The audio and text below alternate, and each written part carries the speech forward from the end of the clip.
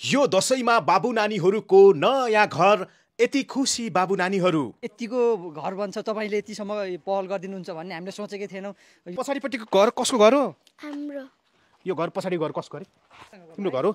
अनि यो घरमा अनि म आएँ भने तिमीले मलाई यो घरमा सुताउँछौ कि सुताउनौ त? सुत्न दिन्छौ? कुन कोठामा सुत्ने म? तिमी र म? यो कोठामा सुत्ने? अब म आएँ भने चाहिँ यो कोठामा सुत्ने हैन त? हैन बाबु? ल यतापट्टि काम पनि भइरहेको छ। बिचरा बाबु नानीहरू र उहाँहरूको आमा यस्तो चुहिने टिनको छानो भएको पुरानो कच्ची घरको एउटा सानो कोठामा अटसमटस भएर बस्नु परेको थियो। अहिले बाबु नानीहरूको यसरी नयाँ घर बनेको छ। बाबु नानीहरू र उहाँहरूको आमा खुसीले गदगद हुँदा म झनै खुसी भएको छु। हे पारा सर्क परेर भरमा बस्छन् अब बाबु नानी घरमा हाम्रो पारा सरलाई आत्मैदेखि धन्यवाद हाम्रो पारा सरलाई सबै मिली सफल पारौँ सरिताको घरलाई। दर्शक महानुभावहरू नमस्कार, म पारस भट्टराई। म यति बेला स्याङ्जा जिल्लाको हरिनास गाउँपालिका 4 को रामछेम आइपुगेको छु। केही दिन म काठमाडौँमा थिएँ। अन्तरिम सरकार गठन भइसके पछाडि फेरि म काठमाडौँबाट स्याङ्जा आइपुगेको छु। बाबु नानीहरूको घर बन्दैछ स्याङ्जाको रामछेममा। यो दशैंमा चाहिँ बाबु नानीहरूलाई चाहिँ नयाँ घर उपहार स्वरूप दिने मेरो सपना पनि थियो, तर जो सपना पुरा हुन सकेन। किनभने देशको अवस्था एकदमै गम्भीर बनिसके पछाडि म काठमाडौँ जानु पर्यो र केही दिन यहाँ काम पनि रोकिएको कारणले गर्दाखेरि चाहिँ दशैंमा घर दिन सकिएन। यसमा चाहिँ एकदमै क्षमा प्राप्ति छु र धेरैले भनिराख्नु भएको छ, सोधिराख्नु भएको छ घर कति बन्यो, कस्तो बन्यो र कहिले हस्तान्तरण गरिदिनुहुन्छ बाबु नानीहरूको लागि भनिराख्नु भएको छ। म एकदमै छिटो यो दशैंमा होइन, दशैं पछाडि नै दशैं तिहारको बिचमा नै बाबु नानीहरूको लागि नयाँ घर हस्तान्तरण गर्नेछु। कोठाहरू किचनको काम सकिएको छ, शौचालय बन्न बाँकी छ, अगाडिपट्टिको कामहरू पनि बाँकी छ, रङ रोगनको कामहरू पनि बाँकी छ। म तपाईँहरूलाई आज कतिसम्म घर बन्यो त्यो पनि देखाउनेछु। बाबु नानीहरूको घर बनाउन मैले पहल गर्दै गर्दाखेरि थुप्रै नेपालीहरूले सहयोग रकम पठाउनु भयो र त आज यो काम सम्भव भएको छ र बाबु नानीहरूको नयाँ घरमा बस्ने सपना पनि पुरा पनि हुँदैछ र कति घर बनेको छ मोटामोटी रूपमा तपाईँहरूलाई आज म देखाउने छु। यतापट्टि बाबु नानीहरू पनि हुनुहुन्छ, यतापट्टि दिदी हुनुहुन्छ। कस्तो छ दिदी? ठिक छ। सन्चै हुनुहुन्छ? हजुर सन्चै। एकदम खुसी देखिनु भएको छ। किन हो यस्तो खुसी हुनु भएको? खुसी लागा नयाँ घर बन्दैछ अनि त्यही भएर दसैँ पनि आयो अनि एकदम धेरै खुसी छु। हजुर। अनि हजुरलाई एकदम भगवानको रूपमा आइदिनु भयो, हजुरलाई एकदम धेरै धन्यवाद। अनि नेपाली सबै दाजुभाइ दिदीबहिनी जतिजनाले पनि सहयोग गर्नुभयो उहाँहरूलाई पनि एकदम धेरै धेरै धन्यवाद। धेरै नेपालीहरूले यो घर निर्माणको लागि मैले पहल गर्दै गर्दाखेरि धेरै सहयोग रकम पठाउनु भएको छ। उहाँहरूको नाम पनि म यो घर निर्माण भइसके पछाडि, यो घर फिनिसिङ भइसके पछाडि, बनिसके पछाडि उहाँहरूको नाम पनि म एक एक गरेर भन्नेछु। उहाँहरूले पठाएको रकम पनि म एक एक गरेर उच्चारण पक्कै पनि गर्नेछु। 1 रुपियाँ पनि तलमाथि पक्कै पनि हुँदैन। र अहिले घर कति बन्यो, कस्तो बन्यो भन्ने कुरा धेरैलाई लागिरहेको छ, धेरैले हेर्न पनि खोज्नु भएको छ र घर त यस्तो बनेछ है। गुन्जन सर, सबैजना नमस्कार है। अहिले चाहिँ काम पनि धमाधम हुँदैछ। यतापट्टि गुन्जन सर हुनुहुन्छ, यतापट्टि दिलकुमारी दिदी हुनुहुन्छ। दिलकुमारी दिदीले गुन्जन सर समक्ष समस्या राखिसके पछाडि गुन्जन सरले मसम्म त्यो समस्या, उहाँहरूको नानी बाबुहरूको समस्या पुर्याउनु भएको थियो। दिदी हजुरले गुन्जन सरसम्म तपाईँले आफ्नो कुरा राख्नुभयो, उहाँ बाबु नानीहरूको समस्याको बारेमा राख्नुभयो र आज म यहाँ आइपुगेँ। यो घरको पहल गरेँ निर्माणको लागि र आज घर पनि बन्दैछ भनौँ। अब केही काम बाँकी छ, अब केही दिनमा घर पनि सम्पन्न हुँदैछ। कस्तो लागिरहेछ? एकदम खुसी लागेछ। यसभन्दा पहिला त मैले अब हरेक ठाउँमा हजुर जस्तै मनकारी मिडियालाई खोजेको थिएँ। हजुर घर बन्छ भनेर मैले सोचेको थिएन। मैले चाहिँ यो बच्चाहरूलाई सिर्फ लगाएर पढाइदिनुहोस्। हामी यो सपनामा नि सोचेको थिएँ, सपनै देखेका थिएनौँ कि यतिको घर बन्छ तपाईले यतिसम्म पहल गरिदिनुहुन्छ भन्ने हामीले सोचेकै थिएनौँ। यो हामीले सोचे भन्दा हामीले धेरै माथि गयौँ अहिले। कस्तो लागिरहेछ छोरी? राम्रो लाग्छ। राम्रो लागिरहेछ। यो पछाडिपट्टिको घर कसको घर हो? हाम्रो हो र? हजुर। किन, के भयो तिमीलाई? तिमीलाई भन, तिम्रो नाम के अरे? किन रोकियौ? यो घर पछाडि घर कसको अरे? तिम्रो घर हो? अनि यो घरमा अनि म आएँ भने तिमीले मलाई यो घरमा सुताउँछौ कि सुताउनौ त? सुत्न दिन्छौ? कुन कोठामा सुत्ने म? तिमी र म? यो कोठामा सुत्ने? अब म आएँ भने चाहिँ यो कोठामा सुत्ने होइन त? होइन बाबु? ल यतापट्टि काम पनि भइरहेको छ। यति बेला कोठामा प्लास्टर गर्ने काम हुँदैछ। एउटा यो कोठा भयो, अर्को यतापट्टि एउटा कोठा छ, दुईवटा कोठा, एकदमै विशाल छ कोठा पनि र पर्याप्त मात्रामा उहाँहरू बस्नको लागि खाटहरू राख्न, त्यस पछाडि बस्नको लागि एकदमै सजिलो हुने कोठाहरू छन्। सानो कोठामा बस्नुहुन्थ्यो, आज एउटा मात्र कोठा होइन, दुईवटा कोठा, एउटा किचन पनि एकदम ठुलो छ। एउटा सानो कोठा थियो, अहिले त दुईवटा कोठा एउटा किचन होइन, त्यो पहिलाको कोठाभन्दा पनि ठुलो छ यो कोठा त। पहिलाको जत्रो त दुईटा तिनटै हुन्छ होला नि। हजुर, खुसी हुनुहुन्छ एकदमै। र यतापट्टि निरन्तर रूपमा हाम्रो मिस्त्री दाईहरूले, लेबर दाईभाइहरूले काम पनि गरिराख्नु भएको छ। सञ्जय दाई नमस्कार। काममा डिस्टर्ब गर्न चाहेको त होइन, त्यही पनि थोरै कुराकानी गर्न मन लाग्यो। निरन्तर रूपमा खटिराख्नु भएको छ। हजुर हजुर, यो यति अब दसैँ अगाडि भ्याएरै देखाम भनेको, अब अलिकति यो देशको उसले गर्दाखेरि पनि अलिकति भ्याइएन। हामी चाहिँ छिटोभन्दा छिटो भ्याएर चाहिँ यो बालबालिकाको लागि यो घर हस्तान्तरण गरौँ भन्ने उद्देश्यले कसिएछौँ के अरे।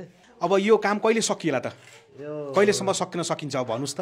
धेरै दर्शकहरूले भनिराख्नु भएको छ कहिले सकिन्छ त्यो बाबु नानीहरूको घर भनेर सोधिराख्नु भएको छ। हजुर, पहिलो कुरो त म यो दसैँ अगाडि भ्याइदिन्छु भन्ने कुरामा जुन बोलेको कुरा पुरा गर्न नसकेकोमा म जनतामा चाहिँ क्षमा पनि चाहन्छु। अब यो के गर्दा भन्दा नि अब यस्तै समस्याले गर्दा उ भयो, तर तिहार अगावै चाहिँ हामीले यो घर जसरी पनि फिनिसिङ गरेर छोड्छौँ। उहाँ चाहिँ यो कामको चाहिँ यो जुन काम जति पनि काम भइरहेको छ, उहाँ चाहिँ ठेकेदार पनि हुनुहुन्छ, सञ्जय दाई हुनुहुन्छ। सुरुबाट नै एकदमै मेहनत पनि गर्नुभएको छ, आधी घन्टा 1 घन्टा बरु बढी खटिएर भए पनि उहाँहरूले यो काम छिटो सिधाउनुपर्छ भनेर लागिराख्नु भएको छ।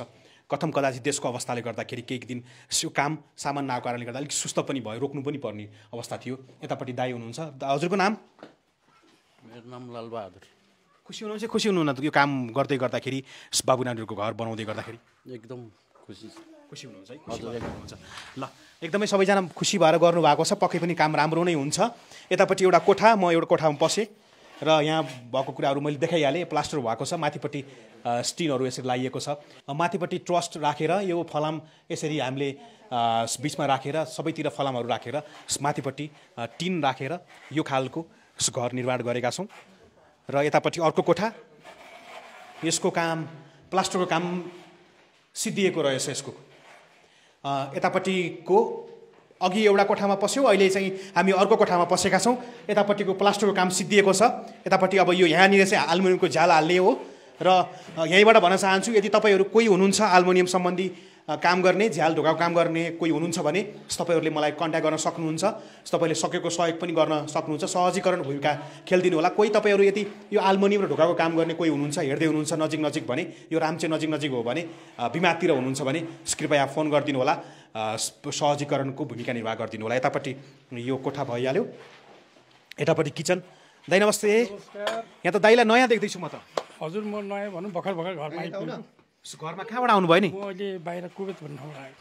ए, कुवेतबाट आउनु भएको? कुवेतबाट म छुट्टीमा आएको। हजुर, अब दसैँ तिहारको अवसर पारेर मान्नु पर्यो। बाबु नानीहरू चाहिँ को पर्नुहुन्छ हजुरको? मेरो बाबु नानी हुनु मेरै घर छेउकै मेरो छिमेकी बाबु नानी हुनुहुन्छ।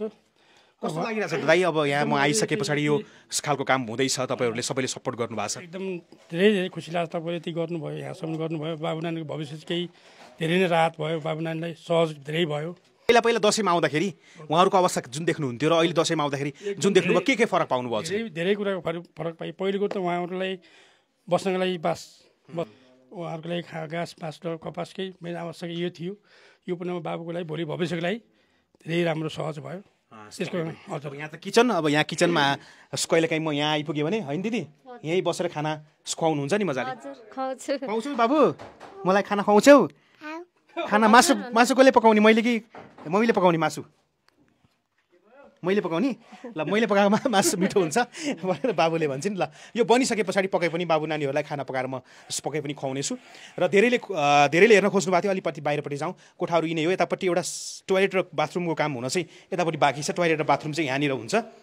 यहाँनिर चाहिँ टक्क यहाँबाट गइसके पछाडि टोयलेट र बाथरुम यहाँ अट्याच टक्कै यहीँ टाँसेरै टोयलेट र बाथरुम बनाउने भन्ने कुरा भएको छ। यो काम चाहिँ हुन बाँकी छ।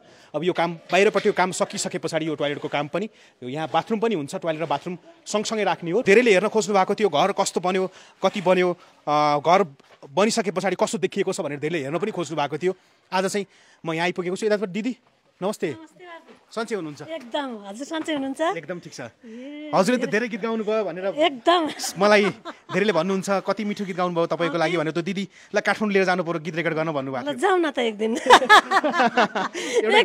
एउटा गीत गाउने हो कि दिदी गाइदिनु हेर गाइदिनु त ल हे पारा सर्क परेर भरमा बस्छन् बाबु नानी घरमा हाम्रो पारा सरलाई आत्मैदेखि धन्यवाद हाम्रो पारा सरलाई सबै मिली सफल पारौँ सरिताको घरलाई परेर भरमा बस्छन् बाबु नानी घरमा हाम्रो पारा सरलाई आत्मैदेखि धन्यवाद छ हाम्रो पारा सरलाई सबै मिली सफल पारौँ सरिताको घरलाई सबै मिली सफल पारौँ सरिताको घरलाई सबै मिली सफल पारौँ नानीहरूको घरलाई यो घर बनिसकेको पनि छ अब केही बाँकी छ र दसैँ र तिहारको बिचमा यो घर हस्तान्तरण गर्नेछु र यो घर जसरी यो घर बन्यो यत्तिकै यो घर पक्कै पनि ठडिने थिएन यहाँ धेरै नेपालीहरूले सपोर्ट गर्नुभएको छ त्यो पनि छँदैछ धेरै नेपालीहरूको सहयोगले नै यो घर बनेको छ र एउटा महत्त्वपूर्ण सहयोग गर्ने महान आमा छोरा जसले यो घर बन्नको लागि जग्गा दिनुभएको थियो यतापट्टि आमालाई मैले देखेको छु एकदम महान आमा नमस्ते आमा नमस्ते भाइ हजुरले आज जुन दिन जग्गा दिनुभयो होइन होइन दान भयो बाबु नानीहरूको लागि भनेर भन्नुभयो आज घर पनि बन्यो तपाईँले दिएको जग्गामा बन्यो कति खुसी लागिरहेछ नि खुसी लाग्छ केटी अब दुःख पाउँदा के गर्दा यिनीको दुःख त मैले दिएँ हो त नि हजुर आउनुभयो खुसी लाग्छ मलाई साँच्चीकै आमाको जस्तो मन र आमाको छोराको जस्तो मन कसैको पनि हुँदैन यति बेला छोरा परदेशमा हुनुहुन्छ सबैले थाहा छ उहाँ चाहिँ एकदमै महान आमा हुनुहुन्छ र उहाँको छोरा पनि एकदम महान हुनुहुन्छ उहाँहरूले जग्गा दिइसके पछाडि नै यो घर बनाउन सम्भव भएको हो उहाँहरूलाई मैले जति धन्यवाद दिए पनि पुग्दैन यति बेला आमा त मसँगै हुनुहुन्छ तर मेरो भाइ उहाँको छोरा जो चाहिँ अहिले परदेशमा आफ्नो परिश्रम आफ्नो पसिना बेच्दै हुनुहुन्छ सन्तोष परियार भाइ साउदीमा आफ्नो परिश्रम आफ्नो पसिना बेच्दै हुनुहुन्छ धेरै धेरै धन्यवाद तमाम दर्शकहरू जसले मैले यो घर बनाउन पहल गर्दै गर्दाखेरि लाखौँ सहयोगहरू पठाउनु भएको छ जतिले मैले घर बनाउन पहल गर्दै गर्दाखेरि जतिले रकम सहयोग गर्नुभएको छ यो परिवारको लागि नानी बाबुहरूको लागि हजुरहरूले पठाएको एक एक रकमको हिसाब मैले राखेको छु एक एक रकम मैले यति पैसा आयो भनेर टिपेर राखेको छु यो घर बनिसके पछाडि घर हस्तान्तरण गर्दै गर्दाखेरि तपाईँहरू सबैको नाम तपाईँहरूले पठाएको रकम पनि म उच्चारण गर्नेछु र जति पैसा आएको छ त्यसमा पारदर्शिता गर्नेछु एक रुपियाँ पनि तलमाथि हुन दिने छैन मलाई विश्वास गर्नुहोस् तपाईँहरूले विश्वास गरेर नै मलाई त्यत्रो सहयोग रकम पठाउनु भएको छ